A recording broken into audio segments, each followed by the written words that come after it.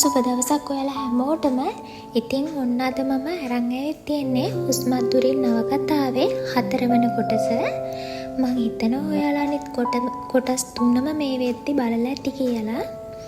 බලලා නැති කවුරු හරි ඉන්නවා නම් දැන්ම මගේ YouTube channel එකට ගිහිල්ලා ඒ කොටස් තුන බලලා ඉන්න. මේක හරිම ලස්සන ආදර කතාවක්. එහෙනම් අපි යමු 4 වෙනි කොටස බලන්න. රන්දුන දුන් සහතිකය නිසා ලිහිණිගේ හිතට ලොකු සහනයක් ලැබුණත් ගාමන්ට් එක ඇතුලේ ඇයට එල්ල වුණු අයිස් වගේ සීතල බැල්මන් සහ රහස් කතාවල අඩුවක් උනේ නැහැ. මල්ෂා සහ ඇගේ කල්ලිය ලිහිණිව වටන්න සුදුසුම වෙලාව එනකම් බලාගෙනයි හිටියේ. හරියටම ඊට දින දෙකකට පස්සේ ගාමන්ට් එකට විදේශීය සමාගමකින් ඉතාමත් විශාල රහස්‍ය ඇඟලු ඇණවුමක් ලැබුණා. මේ ඇණවුමේ සාර්ථකත්වය මත තමයි ආයතනයේ ඉදිරි අනාගතය තීරණය වෙලා තිබුණේ. එම ඇණවුමට අදාළ සියලුම මිල ගණන්, සැලසුම් සහ රහසිගත තොරතුරු ඇතුළත් ප්‍රධාන ලිපිගොනුව රන්දුන විසින් එදින සවස තමන්ගේම කාර්යාල කාමරයේ ඇති සේපුවතල දමා සුරක්ෂිත කළා. එදින රාත්‍රියේ ලිහිණිට සුභවරිසවරයක් ලෙස අතිකාල සේවා මුරයේ වැඩ අධීක්ෂණය කිරීමට සිදු වුණා. බොහෝ දෙනෙක් සේවය නිම වී නිවෙස් බලා ගියත් මල්ෂා සහ ඇගේ හිතවත් ආරක්ෂක නිලධාරියෙකු රහසින් ගාමන්ට් එක තුල රැඳී සිටියා. රන්දුනගේ කාමරේ තිබෙන වටිනා ඕඩර් ෆයිල් එක ගැන හොඳින්ම දැන සිටි මල්ෂා ලිහිණිව මෙවර බේරන්නම බැරිම උගුලක හසු කිරීමට සැලසුම් කරා. රාත්‍රී 9:30ට පමණ මුළු කර්මාන්ත ශාලාව පාළු ස්වභාවයක් ගත්තා. මල්ෂා තමන්ට හිතවත් ආරක්ෂක නිලධාරියා ලවා රන්දුනුගේ කාර්යාල කාමරයේ පිටුපස දොරේ අකුල රහසින් ඇරෙව්වා. ඉන්පසු ඇය ඊටාම සූක්ෂම ලෙස කාමරයට ඇතුළු වී රන්දුනුගේ මේසේ මත තිබූ අමතර යතුරක් ආධාරයෙන් සේප්පුව විවෘත කර අර රතු පාට රහස්‍ය ඕඩර් ෆයිල් එක එළියට ගත්තා. ඇය එතනින් නැවතුනේ නැහැ.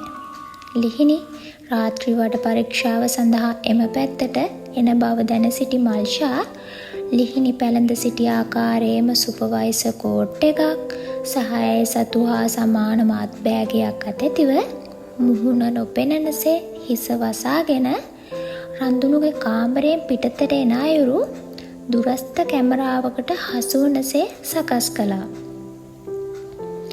ඉන්පසු මල්ෂා කවුරුත් නැති වෙලාව බලා කර්මාන්ත ශාලාව මැද තිබූ ලිහිණිගේ පෞද්ගලික ලොකරය වෙත ගොස් එහි වූ හොර යතුරකින් එය විවෘත කර අර වටිනා ෆයිල් එක ලිහිණිගේ ලොකර එක ඇතුලෙන් තැබුවා. පසුදා උදෑසනම ගාමන්ට් එක පුරා ලොකු කලබලයක් ඇති වුණා. රන්දුනු වෙනදටත් වඩා වේලාසනින් පැමිණි අතර ඔහුගේ මුහුණ තදින් කළු වී තිබුණා. ඔහු වහාම සියලු ජ්‍යෙෂ්ඨ නිලධාරීන්ට සහ ලිහිණිට තමන්ගේ කාමරයට පැමිණෙන ලෙස නියෝග කරා. ඊයේ කවුරු හරි මගේ කාමරයට ඇතුල් වෙලා අර අලුත් ඕඩර් එකේ ප්‍රධාන ෆයිල් එක හොරගම් කරලා. ඒක සාමාන්‍ය ෆයිල් එකක් නෙමෙයි. ඒක පිටතට ගියොත් අපේ කම්පැනිය ලොකු අර්බුදයකට වැටෙනවා. රන්දුනු දැඩි හඬින් පැවසුවා. ලිහිණි බිහෙන් ගැහෙන්න ගත්තා. අනේ සර් ඊයේ රෑ මම මෙහෙ ඕටී කළේ. හැබැයි මං එහෙම දෙයක් දැක්කේ නැහැ. ඔව් සර් ලිහිණි තමයි ඊයේ රෑ මේ පැත්තේ සැරිසැරුවේ. අපිට CCTV චෙක් කරලා බැලුවා ඇත්ත බලා ගන්න පුළුවන්. මල්ෂා ඉදිරියට ඇවිත් ඊටාම සූක්ෂම ලෙස පැවසුවා. රන්දුනු වහාම CCTV දර්ශන ක්‍රියාත්මක කිරීමට අණ කළා. එහි පැහැදිලිව පෙනුනේ රාත්‍රී 9:45ට පමණ ලිහිණ අඳින ආකාරයේම ඇඳුමකින් සහ බෑගයකින් සැරසුණු කාන්තාවක් රන්දුනුගේ කාමරේ ෆයිල් එකක් අතැතුව කලබලයෙන් පිටව යන අයුරුයි. ඇගේ මුහුණ අපැහැදිලි වුණත් ඇඳුම් සහ බෑගය ලිහිණිගේ බව කාටත් රහසක් වුණේ නැහැ. නෑ මේ මන් නෙමේ රන්දුනු. දෙයියන් පල්ලා මං ඔයාගේ කාමරයට ආවේ නැහැ. ලිහිණි කඳුළු පෙරමින් කෑ ගැහුවා. ලිහිණිගේ වචන ඇසෙත්ම රන්දුනුගේ පාලනය ගිලිහී ගියා. ඔහු මේසයට තදින් පහරක් ගසමින් අසුනෙන් නැගී සිටියේ මුළු කාමරයම දෙදුරුම් කවමින්. ඇති නතර කරපන් තමුසේගේ ඔය බොරු ඇඬියාව ලිහිණි. රන්දුනු ගිගුම් දුන්නා. ඔහුගේ දැස් කෝපයෙන් රතු වී තිබුණා. මං තමුසේව මේ තත්ත්වයට ගත්තේ හැමෝම තමුසේට ඇඟිල්ල දික් කරද්දී මං තමුසේව විශ්වාස කරපු නිසායි. ඒත් තමුසේ හැම දෙයකටම මට රිපීට් කරේ මගේ පිටිපස්සෙන් පිහියෙන් ඇනලාද. මේ CCTV එකේ ඉන්න තමුසේ නෙමෙයි කියලා කියන්න තමුසේට ලැජ්ජාවක් නැද්ද? මගේ මුළු බිස්නස් එකම මගේ අවුරුදු ගානක මහන්සිය විනාශ කරන්න තන තමුසේට කාගෙන්ද කොන්ට්‍රාක්ට් එකක් ලැබුණේ? කියපන් ලිහිණි. කාටද තමුසේ ෆයිල් එක වික්කේ? රන්දුනුගේ රළු වචන සහ චෝදනා හමුවේ ලිහිණි අසරණව බිත්තියට හේතුණා. ඇයට හුස්ම ගන්නත් අමතක වී ඇති ගානයි. තමන් පණමින් ආදරය කළ, තමන්ව ආරක්ෂා කළ මිනිසා තමන් දෙස මෙතරම් සැකයෙන් සහ පිළිකුලින් බලාවි කියා ඇය හීනකින්වත් හිතුවේ නැහැ. අනේ රන්දුනු මන් දිවුරන්නම් මං ඒ වගේ ද්‍රෝහිකමක් කළේ නැහැ. මාව විශ්වාස කරන්න. ලිහිණි ඉකිගසමින් තනින් වැටෙන්නට ගියා. මට තමුසේගේ බොරු කඳුළු වැඩක් නැහැ. දැන් මට ඕනේ ෆයිල් එක විතරයි. රන්දුනු ඇය දෙස බලා පැවසුවේ දඩි වෛරයෙක්මෙනි. මල්ෂා මේ අවස්ථාවෙන් උපරිම ප්‍රයෝජන ගනිමින් නැවතත් ඉදිරියට ආවා. හැමෝගෙම සැකේ දුරු වෙන්න ලිහිණිගේ ලොකේරවය පරීක්ෂා කළමුස. එතකොට ඕක හැංගුවද නැද්ද කියලා බලා ගන්න පුළුවන්. රන්දුනු හිස සැලුවා. ආරක්ෂක අංශ ප්‍රධානියා වහාම ගොස් ලිහිණිගේ ලොකරේ විවෘත කර බෑගය රැගෙන ආවා. බෑගය ඇතුලේ රතු පාට රහස්‍ය ෆයිල් එක එළියට එද්දිම මුළු කාමරයම මරණීය නිශ්ශබ්දතාවකින් වෙලී ගියා. මල්ෂා සහ ඇගේ කල්ලියගේ මුහුණුවල මති වුණේ කුරිරු ජයග්‍රාහී සිනහවක්. ලිහිණි තමන්ගේම දෑස් සදාගත නොහැකි වුණා. ඇය වෙවුලන දෑතින් තමන්ගේ හිස බදාගත්තා. නෑ නෑ මේක වෙන්න බැහැ රන්දුනු. දෙයියන් පල්ලා මං මේ ෆයිල් එක ගත්තේ නැහැ. මේක කවුරු හරි මගේ බෑග් එකට දාලා මාව බේර ගන්න රන්දුනු.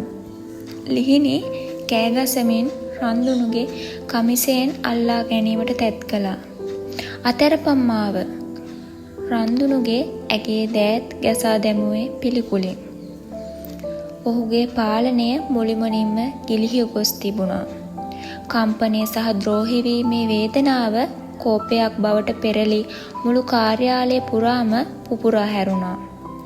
ඔහු ලිහිණිගේ ගෙලෙහි තිබූ ගාමන්ට් එකේ නිල හැඳුනුම්පත එකපාරටම ඇද කඩාගත්තා. තමුසේ වගේ කූඩැල්ල එක්ක මම්මගේ පපුවේ තියාගෙන හිටියේ. තූ විතරක්. රන්දුනු ඇයට මුහුණටම කෙල ගැසුවේ නැති ටික විතරයි.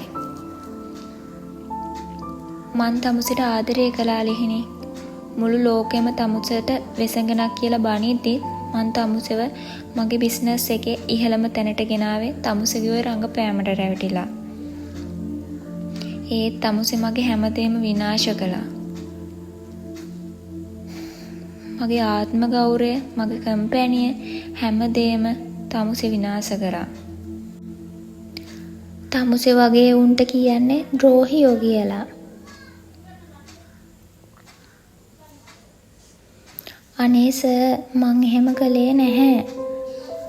මට එකපාරක් ලිහිණි දනින් වැටි රන්දුනුගේ කකුල් දෙක අසල වැළපුණාය. කට වහපන්. තමුසේගේ ওই කිලුටි කටින් මගේ නමවත් කියන්න එපා. රන්දුනු ඇය දෙස බැලුවේ දැඩි වෛරයකින්. ඔහු ආරක්ෂක නිලධාරීන්ට අණකලා දැම්ම මෙන්න මේකේ බඩු ටිකත් එක්ක මේ කිව මේ ගාමන්ට් එකෙන් එළියට ඇදලා දාපන්. ආයි කවදාවත් මේකට මෙහෙ පස් පෑගෙන්න තියන්න එපා. පොලිසියට දීලා මගේ කාලේ නාස්ති කරන්න මට ඕනේ නැහැ. ඒත් මතක තියාගනින් ලිහිණි, තමුසෙට මේ ලංකාවේ කිසිම ගාමන්ට් එකක කිසිම ආයතනයක රස්සාවක් කරන්න මං ඉඩ තියන්නේ නැහැ. තමුසෙව මං පාරට ඇදලා දානවා. ආරක්ෂක නිලධාරීන් දෙදෙනෙකු පැමිණ හඬා වැළපෙන ලිහිණිව දෙපසින් අල්ලා ගත්තා. ඔවුන් ඇයව කාර්යාල කාමරයෙන් පිටතට ඇදගෙන යද්දී ගාමන්ට් එකේ සිය ගණනක් සේවක සේවිකාවන් වැඩ නතර කර ඇය දෙස බලා සිටියේ පිළිකුලෙන් සහ උපහාසයෙන්. ඕකිට ඔහොම වෙලා මදි, සර්වර් රවට්ටලා ලොකු වෙන්න හැදුවා. සේවිකාවන් එකිනෙකාට මුණවන්නට වුණා. මල්ෂා දෑත් බැඳගෙන පරාජිත ලිහිණි දෙස බලා අවශ්‍යාවෙන් සිනාසුනාය. අන්තිමේදී ආරක්ෂක නිලධාරීන් ලිහිණිව ගාමන්ට් එකේ ප්‍රධාන යකඩ ගේට්ටුවෙන් පිටතට තල්ලු කර දැමුවා.